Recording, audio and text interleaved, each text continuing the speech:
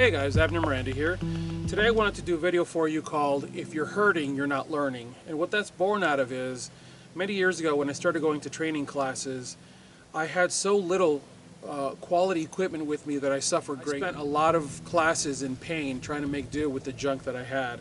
At the time I was a police officer, so I was kind of restricted to what I could wear because I really tried very hard to train in what I was going to be wearing on duty. The biggest facet that was missing from all my training gear was good hydration. In 2008 I went to my first class and suffered through that class from lack of hydration. The next time I went back I was wearing a Hydrostorm. This is an old school Hydrostorm from Blackhawk, and it's got a Camelback system inside of it, and it has been the absolute best thing I've ever had. There are a couple of different facets that I want to cover today. The first one is going to be hydration. Dehydration can set in so fast that I want to say it was in 2013. I was at a class in Alabama. It was already 100 degrees, and most ranges are essentially a back berm and side berms. You know, you've got a back berm like this and side berms like this.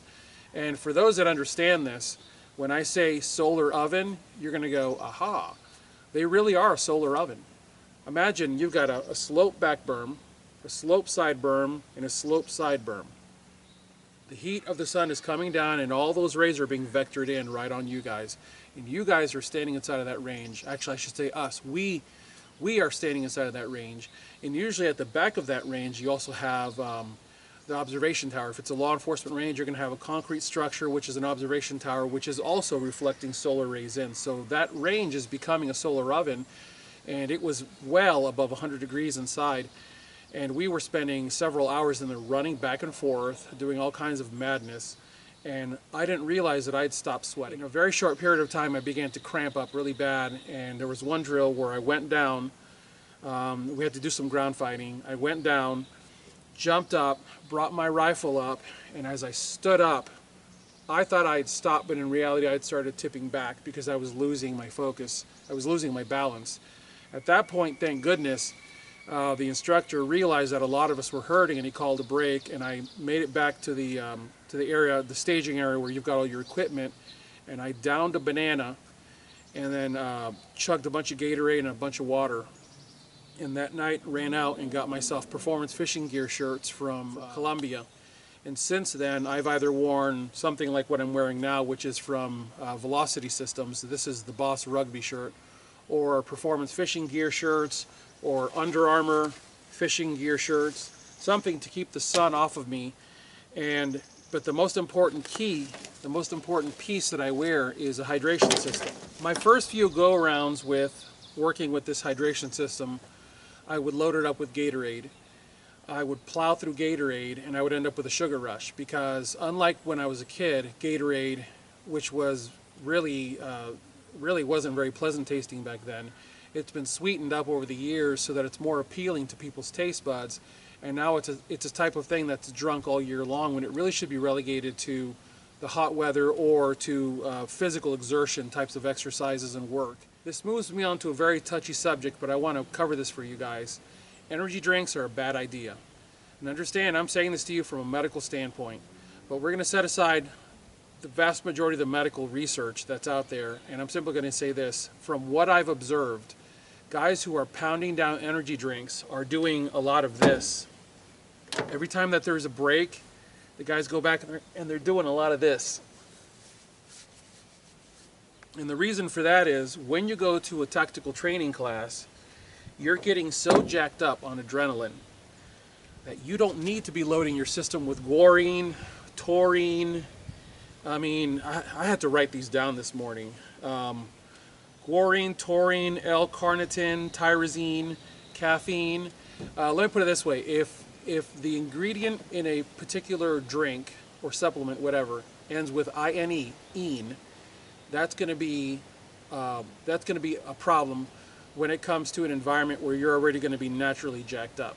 Now understand, I don't have anything against energy drinks, not one bit. But here's what you want to consider with an energy drink. Going back to the previous statement, when you go to a firearms training class, the drills are going to get you so naturally ramped up that you don't need anything to be pushing you over the top. when I watch guys drinking this stuff and we take hydration breaks, or to go back to jam mags, you know, load up, Some of these guys are just, man, they're just they're just gyrating around because they're so over the top. And if you've already got high blood pressure, you're actually getting into a very dangerous level now, because you're already starting off ramped up.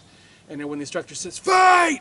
And your adrenaline goes pow and hits you, you push your cardiovascular system to a very dangerous level, and you can start popping things on the inside, and we'll leave it at that. So anyways, consider that, because on the other side of this is, and actually, here's the other thing. Any of the INE, the Gorine, taurine, caffeine, by the way, nicotine, if you're dipping in a class, consider that one. The INE drugs actually have the side effect of dehydration. They're diuretics. They're naturally pulling fluids out of your body. So what you're doing to yourself is you're actually fighting what you're adding fluid, and you're actually fighting it with the junk that you're drinking that's loaded with all these with all the taurine and gorine. But the other thing that I want you to consider is, at the end of your class, you are far more tired than you think you are. Please listen to the sentence that I'm going to say to you. Guys, please pay attention on your way home tonight, because you are far more tired than you think you are. I've heard that phrase from Larry Vickers. I've heard that phrase from Frank Proctor. I've heard that phrase from Chase Jenkins. I've heard that from John Benner and all of his guys at Tactical Defense Institute. I've heard that phrase from Steve Fisher. I've heard that exact phrase from so many instructors in so many varied places in this country, that it tells me that it is a well understood fact of the training environment. You are going up and down all day long on adrenaline. And at the end of the day, you're so emotionally and physically wiped out that you get behind the wheel of your vehicle and you start driving home. And if you're not in control of this vehicle, you're in major trouble. And if you have saved your body and not taken your energy drinks, your Rockstar, your Red Bull, so on and so forth, at that time of the night, that's when you can draw on them for the energy that you need to get you home safely. And coincidentally, the other thing you want to consider when you're driving home that exhausted is call a friend. From a medical standpoint, I remember reading research on this years ago. From a medical standpoint, the most effective way to stay awake is talk to somebody. So either carpool with a buddy to the class, or have someone you can call on, whether that be your spouse, your girlfriend. All right, so getting back to the hydration side of things, when it comes to working with your hydration system, don't dump Gatorade directly into it. And also, don't shotgun Gatorade directly, or Powerade, whatever you want to drink. What I do to simplify things for myself is I'll take 2 quick gulps of Gatorade when I go back, because you usually go back about every 45 minutes to hydrate and jam mags. So I'll take 2 gulps of Gatorade, and I'll take 6 gulps directly at that moment, even though I've been drinking nonstop while I'm actually on the line. I'll take 6 gulps of water so that I'm not spiking my blood sugar by taking all that Gatorade directly. The other thing that I'm doing is I'm eating. There's a phrase that I've said to people for many years: eat like a farmhand. I'm Puerto Rican, and I used to spend my summers in Puerto Rico. And my grandfather ran a business called Guarapo, and Guarapo is essentially natural sugarcane juice. He had various fields aside from the main property where we lived. We would go out to his sugarcane fields, and his old Chevy pickup truck didn't have a gate on it, by the way. It just had a rope that kind of hooked in from one side to the other. And I would go out with my abuelito, which is in Spanish for dear grandfather. And abuelito would give me a straw hat, an old cotton shirt of his, long sleeve. I'd wear my blue jeans and a pair of work boots. Now understand, this is Puerto Rico in the summer, 100 plus degrees, almost, high 90s humidity, and we would be out there for hours on end until the early afternoon, when you would head back home to take a shower and a nap because it was just too stinking hot to be outside. But I remembered I never really had issues with the heat, and it's because he made sure that I drank water nonstop, and periodically he would skin a piece of sugar cane and he'd hack it up on the truck bed and he'd say, chew this. And he'd say, chew that. And what he was giving me was natural sugar cane. And I would chew on it. It's a very fibrous type of plant. And you chew on it, you just stick a chunk in your mouth and you chew on it while you're hacking at the sugar cane and bundling it up. You basically bundle it like you do wheat. You hack it, you bundle it, you tie it off, you throw it over. And the whole time you're just chomping on little pieces of sugar cane. And it keeps you evened out all throughout the day. And so what I've done is I've applied what I learned in the sugarcane fields to tactical classes, and I treat this stuff as I try to maintain an even blood sugar throughout the day, with hydration, with Gatorade or Powerade, and with eating different whole grain snacks like the Kind bars, the Cliff bars, although I like the Kind bars a lot better because they really truly are using 100% whole grain. I try to avoid the processed foods anymore. I love chicken, okay? I love eating chicken, but I find that when I eat processed meats, I feel like trash by the afternoon. I find that if I eat whole grains and fruit all day long, if I hydrate excessively all day long, basically I'm urinating every hour. If you're not urinating regularly, you're putting your body under stress. If I even myself out throughout the day, come afternoon, I'm not wiped out, and that evening I can go out with the guys and we can have dinner and I don't feel like trash because I haven't abused myself. You know, I mean, it stinks. I'm in my 40s now, so I have to keep up with these 20-something-year-old kids that go to these classes and they can run circles around me. So, you know what? Guile and skill will outbeat youth any day. The last couple of things I want to leave you guys with is, actually, first of all, let me just cover this.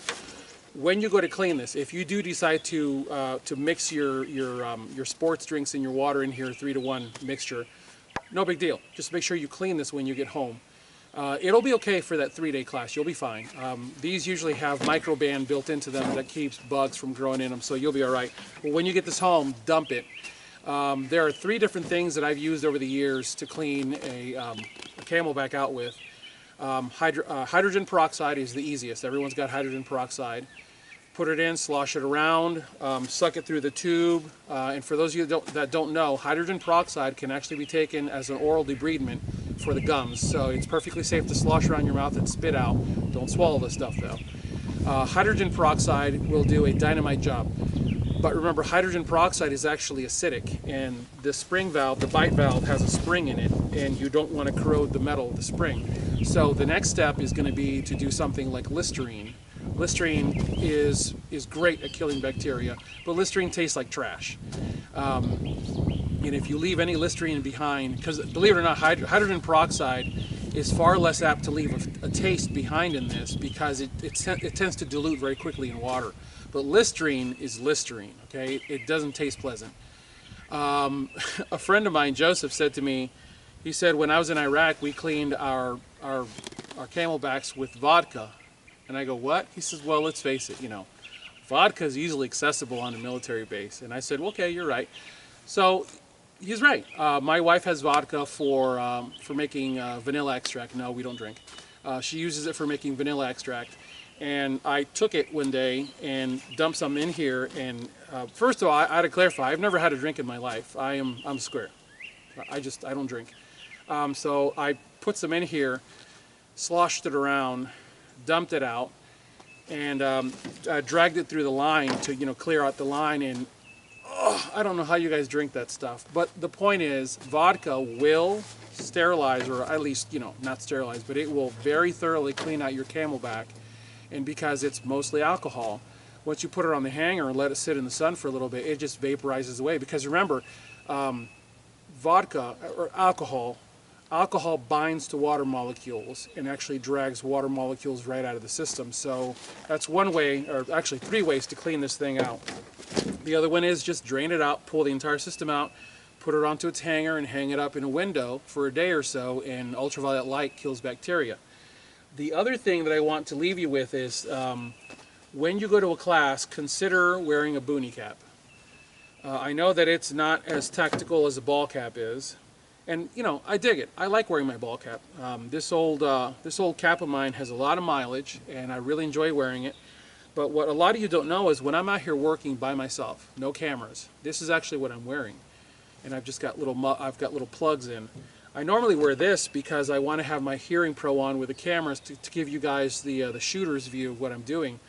But it's crucial to keep the sun off your skin as much as possible. If you're like me and you can't stand wearing sunblock because it's just a greasy mess, no matter how many times the manufacturer tells you that it's dry and it's non-greasy, it's greasy. You feel like you're covered in plastic.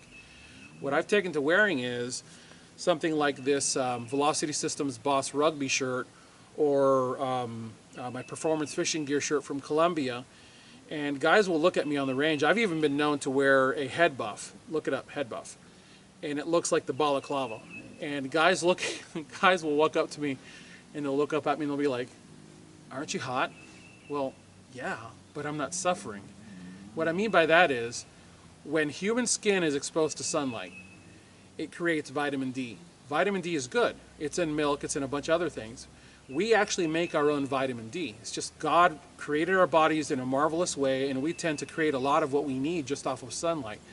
But all you need is about 15 to 30 minutes of sunlight a day on your arms and on your face, and that's it. So you're out at a class, 8 a.m. to 6 p.m., which means sunlight to sunlight. And you're getting burned. And I've seen guys, by the end of day one of a 3-day class, they look like a lobster. By day 3, they look like absolute garbage. Their face is swollen, their eyes are closing, you can tell they don't feel well. Vitamin D in high quantities becomes toxic. Your body's just creating it nonstop. Every time you put your skin in sunlight, it's creating vitamin D. And too much vitamin D becomes toxic, and it creates the mother of all headaches, that ibuprofen and Tylenol together, which, by the way, you can take them together. Ibuprofen and Tylenol together will not tame that headache. It is that bad. And like I said at the beginning of this video, when you're hurting, you're not learning. So that's what I've got for you guys today. Please consider the things that I've said. Believe me, they are born out of a lot of pain. And I really want you guys to maximize that time, because, and actually here's the thought I want to leave you with. You go to a class, you've got your pistol, your rifle, your mags, your ammunition, your tactical bag for hauling all your junk around, your vehicle, mileage, okay? Hotel bill, food, time away from work, time away from your family, and you're not going to take one extra little step to make sure you've got hydration, on-body hydration, because trust me, no matter how many times you think you're going to drink enough, getting back to your water every 45 minutes to an hour, and you're doing a lot of physical exertion in the heat, you're already behind the power curve. You cannot chug enough water during a hydration break to catch up for what your body is giving off. Not to mention, if you're not protecting your skin, your body's giving off a lot of water, trying to keep that skin soft and supple in the heat that's bombarding it. So these are things that I want you guys to consider, because I want you to have a successful time at a class. Because once again, if you're hurting, you're not learning. As always, I thank you guys for watching. God bless. Guns out in practice. Have a good one.